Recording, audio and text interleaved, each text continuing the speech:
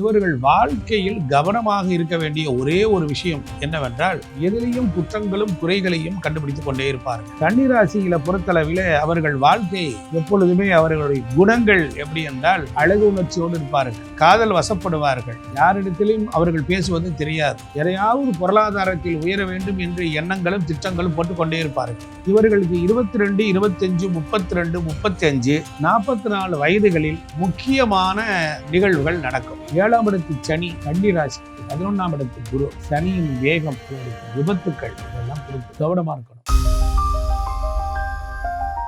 வணக்கம், நமஸ்காரம். எல்லாரும் எப்படி இருக்கீங்க? நல்லா இருக்கீங்களா? ரொம்ப சந்தோஷம், மகிழ்ச்சி. இன்னைக்கு நம்ம ரெட்ரோ ஆன்மீகத்தில் ஒரு மனிதன் வாழ்க்கையில் நான் இந்த வயசில் எப்படி இருப்பேன், 100 வயசில் எப்படி இருப்பேன், 10 வயசில் எப்படி இருப்பேன், 16 வயசில் எப்படி இருப்பேன், 22 எப்படி இருப்பேன் என்று எதிர்காலத்தை எண்ணி பார்க்கக்கூடிய பழக்கம் எல்லாருக்கும் உண்டு. நான் ஒருவேளை இப்போ இருக்கேன், 2000 எப்படி இருந்தேன், 2026 எப்படி இருக்கேன், 2030 எப்படி இருப்பேன் அப்படிங்கிறவங்க.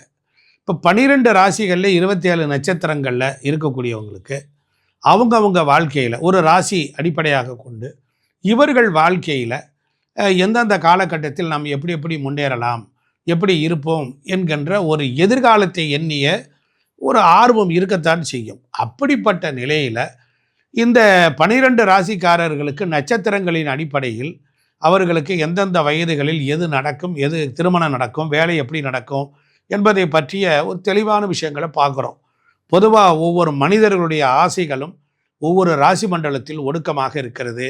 மேசம் முதல் மீனம் வரையில் உள்ள இந்த 12 ராசிகளில் உங்களுடைய ராசிக்கு கிரகங்கள் எப்படி இருக்கிறது, எப்படி என்னவெல்லாம் நடக்கும் என்பதை பற்றிய ஒரு முழுமையான விஷயத்தை தான் இந்த வீடியோவில் நாம் பார்க்க போகிறோம். கன்னிராசி அன்பர்களுக்கு ரெட்ரோ ஆன்மீகம் சேனல் வழியாக உங்கள் வாழ்வில் உங்கள் வயதுகளில் எது டேர்னிங் பாயிண்ட் என்பதை பற்றி பார்ப்போம். பொதுவாக காலபுருஷத்திற்கு 6வது ராசி கன்னிராசி. ருண ரோக சத்துருஸ்தானம், எதிரி, வம்பு, வழக்கு, கடன் தொல்லைகள். பொதுவாக கன்னி ராசிக்கு பொறுத்தளவில் இந்த ராசிக்கு அதிபதி புதன். இந்த புதன் அதாவது உத்தரம், ஹஸ்தம், சித்திரை இந்த ராசிகளை நட்சத்திரங்களை அடிப்படையாக கொண்டவர்கள். இவர்கள் வாழ்க்கையில் கவனமாக இருக்க வேண்டிய ஒரே ஒரு விஷயம் என்னவென்றால் இவர்கள் இந்த எதிலையும் குற்றங்களும் குறைகளையும் கண்டுபிடித்து கொண்டே இருப்பார்கள். யாரையும் நம்ப மாட்டார்கள். அதே நேரத்தில் இவர்களுக்கு வாழ்க்கையில் மின்னல் வேகத்தில் திட்டம் தீட்டுவார்கள். எந்த பிரச்சனையிலும் சிக்கிக்கொள்ள மாட்டார்கள். கன்னிராசியில் பொறுத்தளவில் அவர்கள் வாழ்க்கை எப்பொழுதுமே அவர்களுடைய குணங்கள் எப்படி என்றால் எதிலையும் அழகு உணர்ச்சியோடு இருப்பார்கள், காதல் வசப்படுவார்கள்.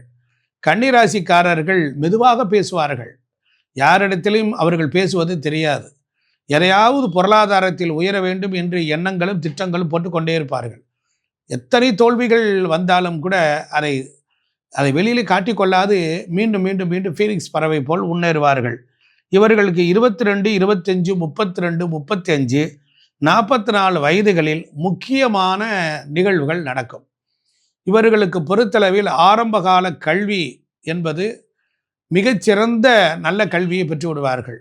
உயர்கல்வி கற்றுக்கொள்ளுகிற பொழுது அவர்களுக்கு ஒரு நல்ல அற்புதமான வாழ்க்கை முறைகள் ஸ்டார்ட் ஆக ஆரம்பிக்கும். இவங்களுக்கு 22 வயது வரும் பொழுது வாழ்க்கையில் ஒரு குடும்பத்தில் ஒரு மாற்றங்கள் உண்டாகும்.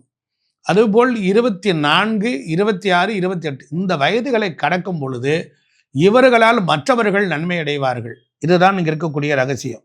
புத்திசாலித்தனம், புதன் அதிபதியாக இருக்கிறனால அடுத்தவர்களுக்கு வழிகாட்டுவதில் சமர்த்தர்கள், எதையுமே நேர்த்தியாக இருப்பார்கள், அவ்வளவு ரொம்ப பொறுமையாக இருப்பார்கள், ரொம்ப நிதானத்தோடு செயல்படுவார்கள். அதே போல சிக்கனவாதியாகவும் இருக்க முயற்சி செய்வார்கள்.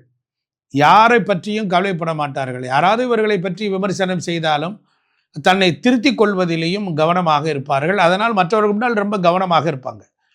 கடமை தவற மாட்டார்கள். சொன்ன நேரத்திற்கு வந்து நிற்பாங்க. உடல் உழைப்பு அதிகமாக செலுத்துவாங்க. உடல் உழைப்பை விட மன உழைப்பு, வயிறு சம்பந்தப்பட்ட உபத்திரங்கள் வரும், யூரினல் சம்பந்தப்பட்ட பிரச்சனைகள் வரும். அதே போல் இவர்களுக்கு ஒரு விபத்தை சந்திக்க, ஒரு 2 வீலரில் ஒரு விபத்தை சந்திக்காமல் போக மாட்டார்கள். உடலில் பொறுத்தளவில் ஏதாவது ஒரு காயம், தேவையில்லாமல் வேறு ஒரு செய்த பிழைக்கு தான் போய் மாட்டிக்கொள்வார்கள். அதனால் கோர்ட்டு கேஸு, வம்பு வழக்குகள் வந்து சேர்ந்துவிடும். வெளியில் அமைதியாக திறந்தாலும் மனதில் எப்போதும் சிந்தித்து கொண்டே இருப்பார்கள்.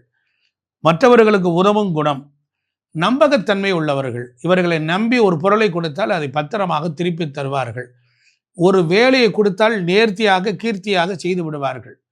ஆமாம், அதே மாதிரி பண விஷயத்தில் ரொம்ப கரகரான பேர்வழியாக இருப்பார்கள்.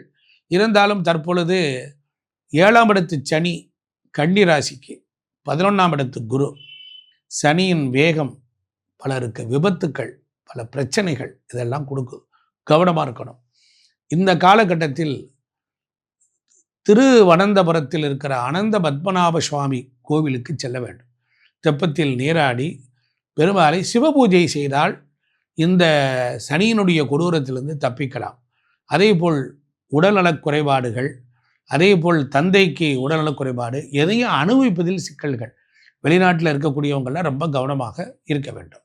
குருவின் பார்வை உங்களுக்கு வாழ்க்கையில் மாற்றத்தையும், அதேபோல் உங்கள் குழந்தைகளின் முன்னேற்றத்தையும், அதுபோல் உங்கள் வாழ்க்கையில் வாழ்க்கை துணைவர்கள் வகைகளிலும் நன்மை உண்டாகும். வீடு கட்டக்கூடிய வாய்ப்புகள், யோகங்கள், மனை சேர பொருள் சேரவும் அமையும். நீங்கள் வணங்க வேண்டிய கடவுள் நெல்லி வனம், தாந்திரி வனம் என்று சொல்லக்கூடிய திண்டுக்கல்லில் இருக்கக்கூடிய அபிராமி அம்மன் பத்மகிரீஸ்வரரை கிரிவலம் வந்தால் நன்மை உண்டாகும். நேயர்களே, நாம் இதுவரையிலும் மேசராசி முதல் மீனராசி வரையிலும் நம்ம பார்க்குறோம். ஒவ்வொரு ராசிக்கும் என்னுடைய கால்குலேஷன், இந்த வயதுகளை இது நடக்கும், இது கல்வி கற்றுருப்பாங்க, வேலைக்கு போயிருப்பாங்க, திருமணம் உண்டாயிருக்கும், சொத்துக்கள் வந்திருக்குங்கிறதெல்லாம் நாம் சொல்லியிருப்போம்.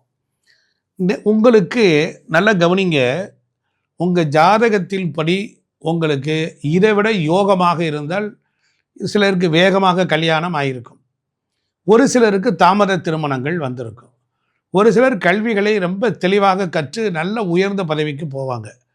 இங்கே ஒவ்வொரு தனி மனிதனுக்கும் பிறந்த ஜாதகம்தான் பேசும். இது ஒரு ராசியினுடைய ஆராய்ச்சி.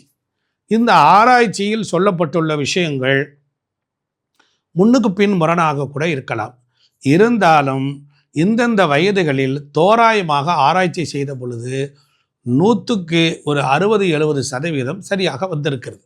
மீதி உள்ளவர்களுக்கு இது சரியாக வரவில்லை என்றால் உங்கள் பிறந்த ஜாதகத்தை தான் பார்க்கணும். எனக்கு கல்வி ஏன் வரலை, எனக்கு படித்து முடிச்சுட்டு ஏன் வேலை வரலை, எனக்கு ஏன் இன்னும் கல்யாணமே கூடலை, ஏன் எனக்கு வீடு அமையலை, ஏன் எங்கள் அப்பா எனக்கு சொத்தை பிரித்து கொடுக்கல, அப்படின்னு நான் ஒரு பிஸ்னஸ் பண்ணுறதுக்காக சொத்தை விற்று கொடுங்கன்னு கேட்டேன், ஏன் எனக்கு கொடுக்கல. இப்படி அடுக்கடுக்கான பலவிதமான எதிர்பார்ப்புகள்லாம் இருக்கும்.